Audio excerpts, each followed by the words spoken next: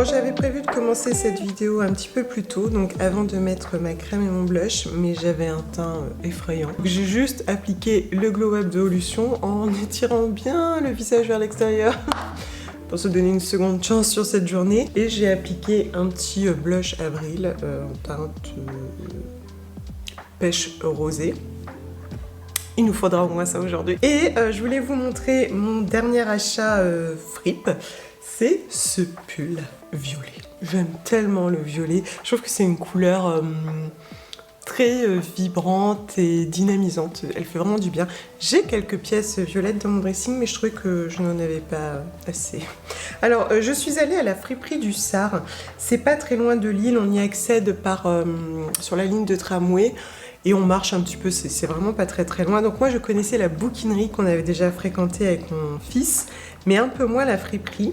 Donc c'est une friperie solidaire, c'est vrai que je précise pas toujours. On va aussi souscrire à une adhésion à hauteur de ce que l'on peut donner et ça va contribuer à la vie de l'association. Et après on va acheter des pièces, donc des livres, des vêtements, des accessoires. Et voilà. On peut d'ailleurs donner pas mal de choses, donc moi aussi je donne, hein, c'est un circuit complet. C'est pas forcément ce que je fréquente le plus, mais j'aime bien y aller de temps en temps. Je pense qu'en fait le côté solidaire aussi me plaît. Voilà, après c'est vraiment un point de vue. Bon, toujours est-il que je cherchais un pull d'hiver chaud, donc j'ai commencé par, regardez, bon, certes, ce qui me plaisait, mais aussi les compositions. Et je suis tombée sur ce pull qui est en 100% laine, parfait. Donc là, ça y est, je l'ai lavé sur le programme laine, mais j'ai réduit la température à froid et j'ai réduit le nombre de tours minutes parce que j'ai déjà eu quand même des surprises avec d'autres, malheureusement, produits vintage. Je n'étais que déception. J'avais mis le nombre de tambours un petit peu trop élevé et je l'ai payé cher. Donc voilà, il vaut mieux y aller tranquille. Alors bon, je vais l'enfiler parce que ce matin il fait déjà un petit peu frais, hein. Hop, pas mal. En tout cas, moi j'aime beaucoup. Quand je cherche des pulls comme ça, alors je vais regarder la matière, je vais regarder la forme, voir un petit peu comment il a été entretenu parce que des fois on a des mauvaises surprises. Je regarde des fois aussi dans le rayon homme. On peut faire de bonnes découvertes dans le dressing de mon mari aussi, sur des pulls un petit peu loose et tout, vraiment cocooning. Enfin, moi j'aime bien. Et puis vous savez, pour ne pas avoir froid, l'idéal c'est quand même d'éviter les vêtements trop serrés pour qu'il puisse y avoir un espace de chaleur qui se cumule. Donc là c'est génial, ça me colle pas trop, j'aime vraiment beaucoup. Alors cette couleur elle est fabuleuse, parfaite pour la saison. Donc au niveau des friperies, c'est vrai que je détaille pas toujours. Là par exemple, juste avant, j'ai acheté un jean Levi's que je vous ai montré sur Instagram. Vous voyez ce jean, je l'ai acheté en dépôt-vente. C'est un modèle finalement plus ancien. En tout cas, c'est avec ça que j'ai commencé à acheter de la seconde main parce que dans les années 2000, il n'y avait quasiment pas de friperie.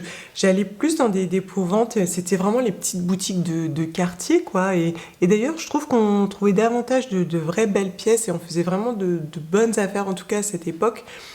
Et ces dépôts-ventes existent toujours. D'ailleurs, je pensais aux personnes qui sont un petit peu mal à l'aise dans les friperies. Alors, pour diverses raisons, en général, vous me dites, voilà, que des fois, c'est pas votre élément, que vous êtes un peu perdu, que c'est trop fouillis, etc. Eh bien, je pense que les dépôts-ventes vous conviendraient davantage. C'est pas du tout la même organisation, c'est pas la même ambiance, c'est pas la même atmosphère, et ce sont pas les mêmes pièces. En tout cas, c'est pas la même dynamique. Dans les dépôts-ventes, finalement, qui sont en général plus des petites boutiques de quartier, on va avoir une sélection de pièces déjà un petit peu différente. En général, ils et elles vont plus sélectionner des belles pièces, on va regarder dans le détail, la qualité, les défauts, et des fois même privilégier des grandes marques selon les thèmes des dépôts-ventes, en fait, tout simplement. Et voilà, donc on va pas y trouver exactement la même chose, ça sera pas présenté de la même manière aussi en général, c'est davantage classé pour les personnes qui n'aiment pas trop fouiller, donc peut-être que ça vous plairait un petit peu plus. Je me demande si sur la map j'ai bien fait la distinction, je me le note. Donc là je me suis préparé un chai de Yogi Tea. C'est le classique de toute façon, c'est celui qu'on utilise, en tout cas je pense que c'est le plus connu, c'est la boîte rouge. en vrac auquel on peut ajouter un petit peu de lait végétal, un petit peu de sucre. C'est vraiment la boisson de l'hiver par excellence. Elle est très réconfortante, c'est un bonheur. Et donc bon, pour en revenir sur les friperies, c'est vrai que ça permet un petit peu pour chacun et chacune de trouver ce qu'il lui faut. Mais c'est vrai qu'on trouve un petit peu de tout, et dans les dépôts-ventes, on peut peut-être un petit peu plus trouver de belles pièces, en tout cas qui correspondent davantage à nos attentes. Alors, l'histoire du mascara, donc j'ai fini celui de Beau Green, que j'avais plutôt bien aimé, mais comme je vous le disais, il a une petite tendance à s'effriter, donc j'en cherchais un autre. Je vous ai demandé conseil sur Instagram. Les deux qui sont le plus revenus, c'est Ilia et le Backstage de couleur caramel, mais voilà, il m'en fallait un, donc au final, je suis revenue sur le Lily Lolo dans son emballage en plastique, etc. Parce que je voulais pas mettre plus de 20 €, c'est celui dont j'étais sûre sur le moment. Là, vous m'avez vraiment donné très envie de tester le Backstage notamment. Mais je vais aller voir ça. Alors après, ça va aussi dépendre du prix, parce que comme je vous disais, perso, mettre 30 € dans un mascara, c'est pas trop mon délire. Alors après, c'est très personnel, hein, bien entendu. Mais pour moi, c'est juste un mascara. Je trouve que déjà, 18 €, c'est pas mal. 30, non. Concrètement, non. Donc je suis revenue sur le Lily Lolo.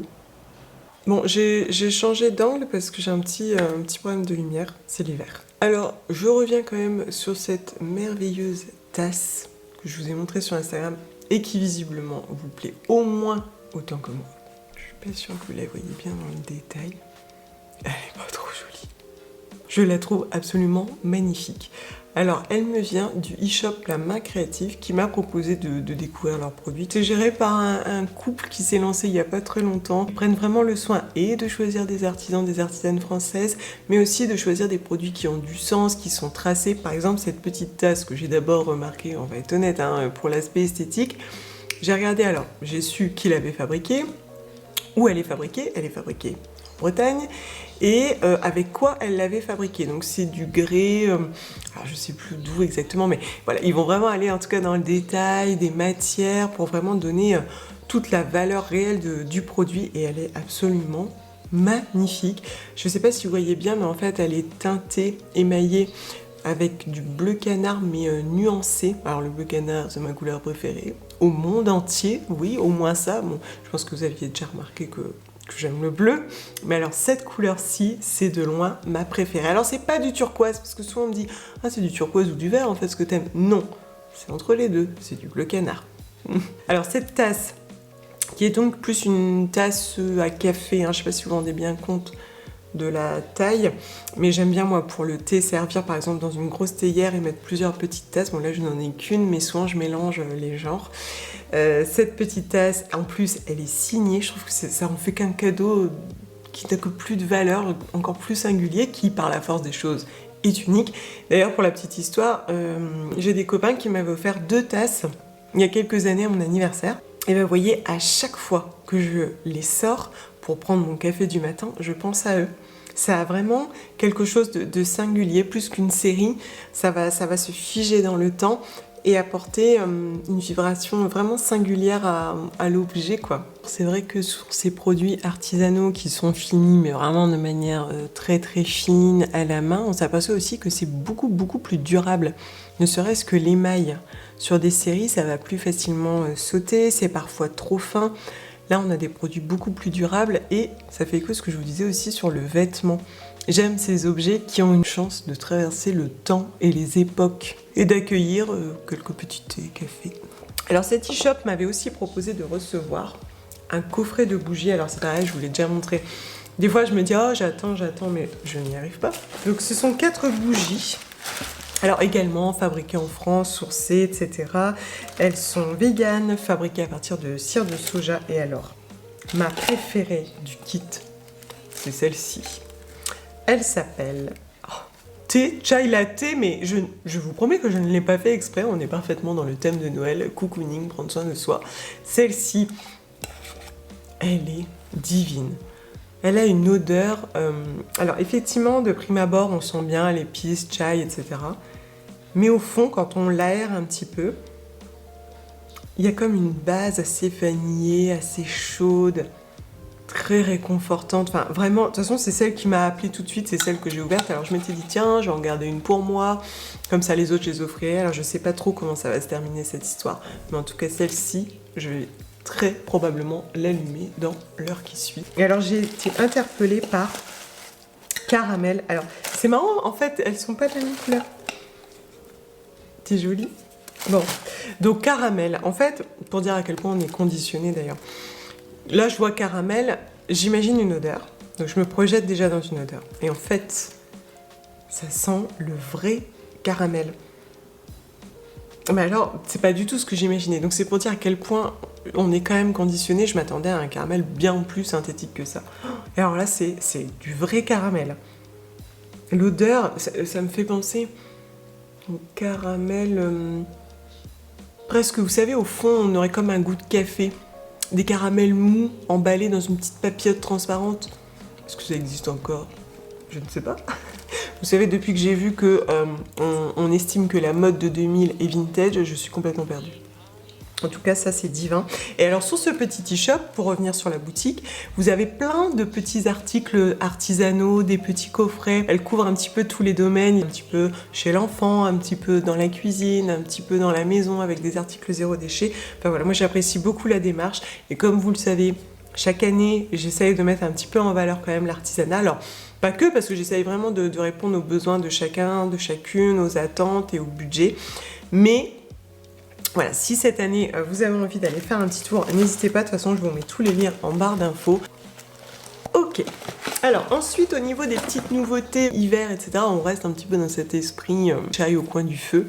J'ai entamé 2 lectures, donc une papier.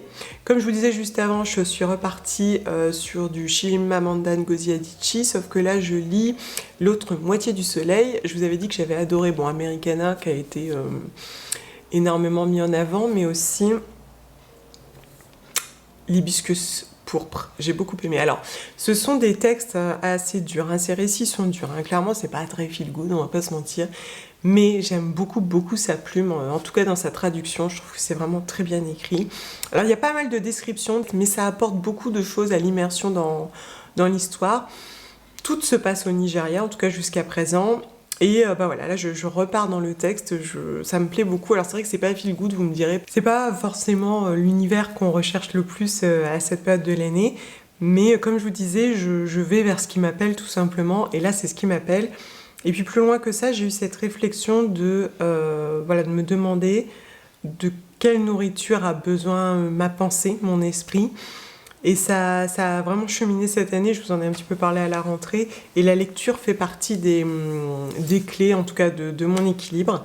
Donc j'ai voulu entamer cette lecture, et parallèlement j'ai entamé une découverte audio. C'est la première fois que j'essaye la lecture audio. J'avais déjà jamais testé, mais ça faisait un petit moment que j'y songeais, parce que j'ai des moments où par exemple je marche beaucoup, où je suis seule, où je vais facilement écouter de la musique, mais où je n'ai pas nécessairement... envie d'un rythme assez que je peux en plus beaucoup anticiper en général, mais plus de me laisser porter. Et je trouve que le livre audio c'est une bonne alternative vis-à-vis de cette nourriture qu'on donne à son âme. J'aime lire des fictions, des romans ou des thrillers même, mais autre chose qui a une dynamique différente pour mon esprit, qui est stimulant ou qui va alimenter mon imaginaire par exemple. Parce que je me suis rendu compte, avec les années quand même, que au niveau de cette histoire de charge mentale, de l'esprit qui est quand même très malmené ou qui nous malmène, de ce mental qui parfois peut être effectivement assez agité, on a tendance à facilement l'alimenter, facilement le nourrir en fonction de ce à quoi on va choisir de s'exposer dans le quotidien. Alors bien sûr, il y a les réseaux sociaux, je vous en ai déjà tellement parlé, et ça a beaucoup évolué, en tout cas ma consommation des réseaux sociaux a beaucoup évolué pour ces raisons. Les médias aussi, c'est vrai que si je me nourris de BFM, je finis ma journée comme ça, très tendue, avec beaucoup de pensées pas très positives. Mais aussi, il y a des médias qui sont plus consensuels, plus tendance aussi. On va aller par exemple vers des thèmes parfois qui sont très engagés, mais qui nous animent, donc on se dit par écho que ça va nous intéresser. Et c'est là qu'a été ma réflexion, parce que je ne suis pas certaine que ce soit toujours très porteur, en tout cas quand on a fait le tour d'une question et qu'il est temps d'avancer et d'évoluer. Et donc, à ce sujet, il se trouve que le podcast, malheureusement, chez moi, ça fonctionne pas super bien. J'en ai écouté et j'en écoute parfois et je me dis, ah, c'est sympa. Mais au final, je m'aperçois que ça ne crée pas forcément le flow que j'espère, que je recherche, en tout cas à ce moment-là. Voilà, j'ai une pensée qui est effectivement assez dense, qui s'arrête très peu le jour et la nuit. Donc moi, j'ai plus besoin de quelque chose qui m'apaise ou en tout cas me stimule différemment. Pas en tout cas dans cette quête d'arguments, de compréhension qui est déjà assez vive chez moi tout le temps.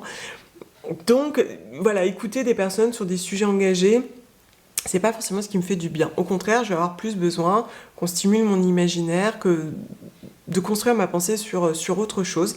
Ça ne veut pas dire vivre dans le déni, ignorer ce qui se passe autour de soi, mais nourrir notre esprit d'autres choses et remplir aussi notre réservoir.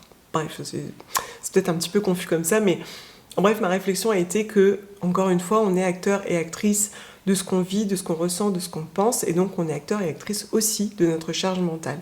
D'ailleurs, attention, ça y est, j'ouvre des parenthèses dans des parenthèses. J'ai eu aussi cette réflexion, vous voyez, il y a pas très longtemps, sur des choses qu'on vit dans le quotidien.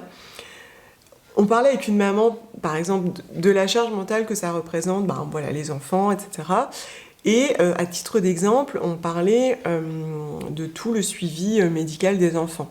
On s'est aperçu que, en tant que maman, on est souvent la personne qui est le plus informée. On sait exactement quel est le parcours médical de l'enfant, son profil de santé, les médicaments tolérés, ce qu'on a accepté, ce qu'on a refusé, quelles sont ses sensibilités, etc. Et que souvent, le papa est un petit peu moins au courant. Donc on discutait de ça, et puis elle me dit, mais en même temps, est-ce que je lui ai laissé la place ? Est-ce que je lui ai laissé l'opportunité de s'impliquer ? En fait, on s'est rendu compte que non. En tout cas, dans nos profils, dans nos histoires. Et c'est vrai que quand tu prends le temps de regarder, tu dis, ah bah oui, en fait, c'est vrai que voilà, j'ai souvent décidé parce que c'était ma dynamique, ma volonté, et que du coup, je lui ai peut-être laissé trop peu de place, que c'est pas tant de son fait, mais peut-être plus du mien. Alors bon, vous savez, j'ai pas toujours un discours très consensuel, mais c'est pas parce que je ne veux pas, c'est que j'aime bien me remettre en question, j'aime bien essayer de réfléchir, d'ouvrir un peu la pensée, de parfois déconstruire pour mieux reconstruire. Voilà. Donc je dis pas que j'ai raison ou tort, c'est juste que voilà, ça a été ma réflexion que des fois, on est un petit peu plus auteur de ce qui se passe qu'on ne peut le croire. Et d'ailleurs, je me souviens qu'à ce moment-là, je me dis, bon, Audrey, du coup, essaye un peu de t'assouplir. Après tout, pourquoi c'est toi qui décide de tout ? Laisse-lui un peu de place. Et donc, j'avais dit, par exemple, telle fois, tu pourras l'emmener là ou là et ne pas y aller. Et je vous assure que c'est pas si simple que ça. Et donc, je me suis rendu compte que effectivement, j'avais été assez responsable de ce qui existe aujourd'hui, et qu'au final, si ça nous convient, c'est tant mieux. Mais à moi d'être consciente que cette charge mentale, je l'ai aussi choisie.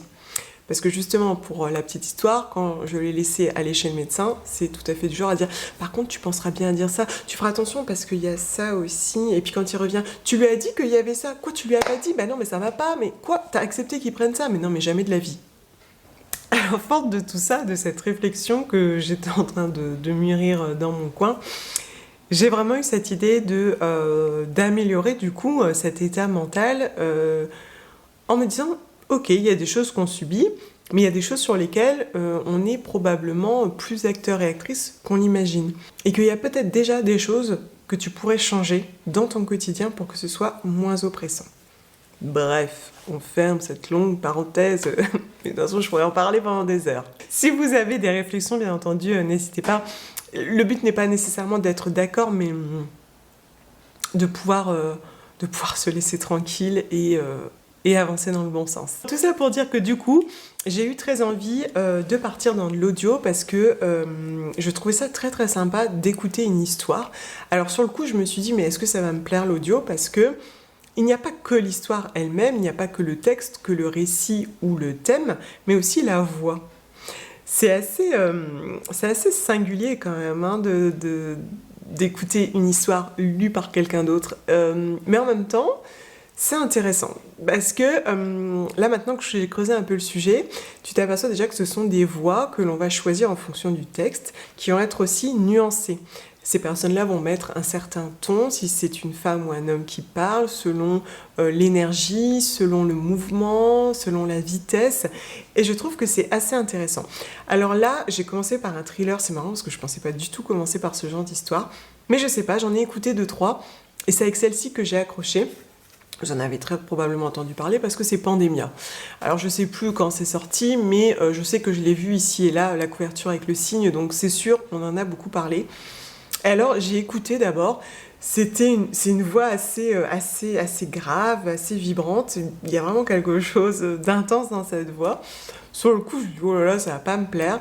J'ai écouté quelques minutes, un chapitre, 2 chapitres, et ça y est, je ne décroche plus. Alors aussi parce que l'histoire me plaît, ça y est, le thriller commence à m'aspirer et j'ai très envie de découvrir la suite. Alors là, je vous parle de la charge mentale parce que justement, je pense que ça fait écho à ce dont j'avais besoin pour permettre à mon esprit d'aller se nourrir d'autres choses et ça fonctionne très bien chez moi. Je sais pas si ça vous intéresse tout ça, voilà, si ça vous intéresse, je vous en reparlerai probablement, mais toujours est-il que actuellement je me lance dans tout ça.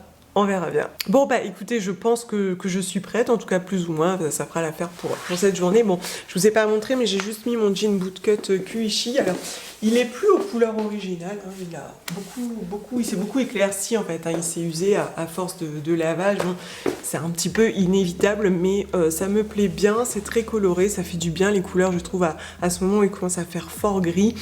Il y a peu de soleil, le ciel est bas, mais ça apporte plein de bonnes vibrations et ça fait du bien. Toutes ces petites choses apportent de bonnes énergies, alors pourquoi s'en priver ?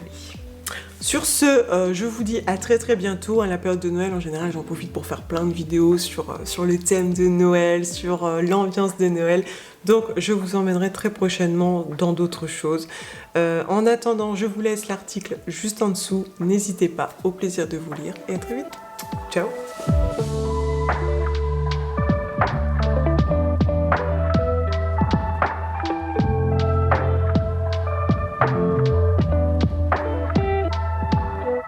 Thank you.